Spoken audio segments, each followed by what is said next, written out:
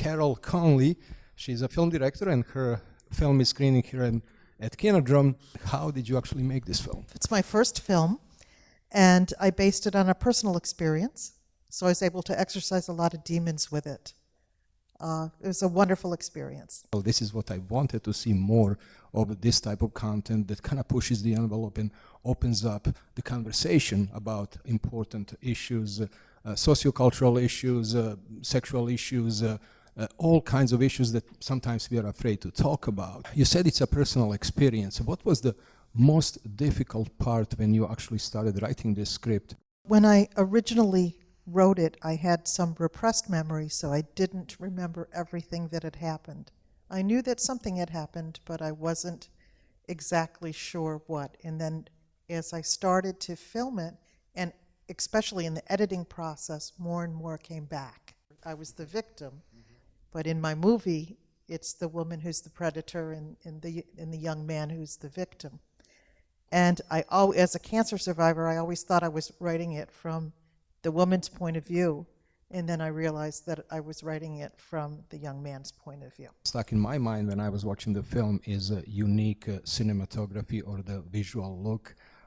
Was that something that you came up with as a director, one of those visions that you had in your head, that this film shouldn't just look like any other film, it should have this very specific, very unique cinematographic look, this sepia tone that's throughout? In the editing process and color correction, we drained all of the color out of it. I wanted it to, I wanted the audience to feel like they were watching something they shouldn't be seeing through somebody's dirty curtains. Really, really good performances by your lead actors. And how did you find these two actors? Because they carry that scene. I mean, they carry entire film. At first, when we see them on the screen together, it's just from that point on, and it's that wide shot with two of them in it, it's just like you can't really stop watching it, and they are really, really good. Who are these two actors, and how did you find them? Well, Marlon Mason is a very well-established character actor. She's been in the business for over 50 years. I met her at a film festival. She has over 100 IMDb credits, so I had absolutely I didn't think I had any chance of getting her to do this film.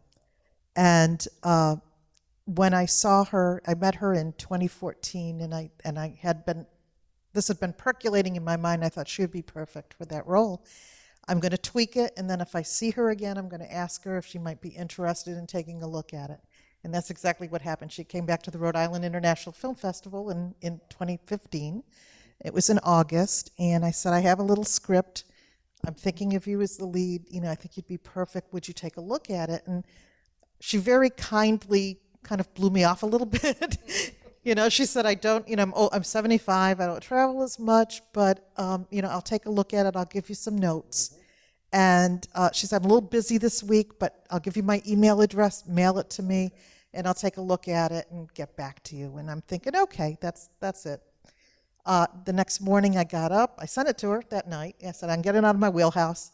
The next morning I woke up, and she had read it on her phone, and she had said, I still have the email, it said, yes, 3 exclamation points, we must do this. This is the weekend I'm available, which was like in 2 months. Please make it happen. That's how I got her.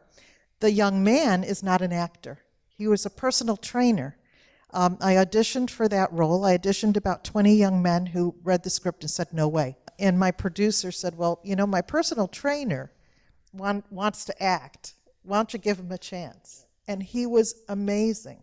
And I think part of it was that was the relationship that they had in real life. He was inexperienced, and she was the seasoned person. Are you still going to different festivals, and how are you going to go about this? Is there some type of distribution that maybe you want to put it on? Yes, it's controversial in so many ways, but there is an audience out there who looks for these films, and they really want to find it on some platform. It's about at the end of its film festival run, because it's about 3 years old now.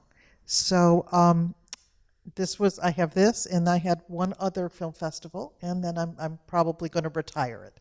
This is the festival about this type of content, the content that maybe some other festivals that are more mainstream, that are kind of stay away from controversial stuff and stuff that opens up your eyes, but we are all about this, and I'm very thankful and very inspired actually by this film, and because I'm a filmmaker who also tends to make films like that.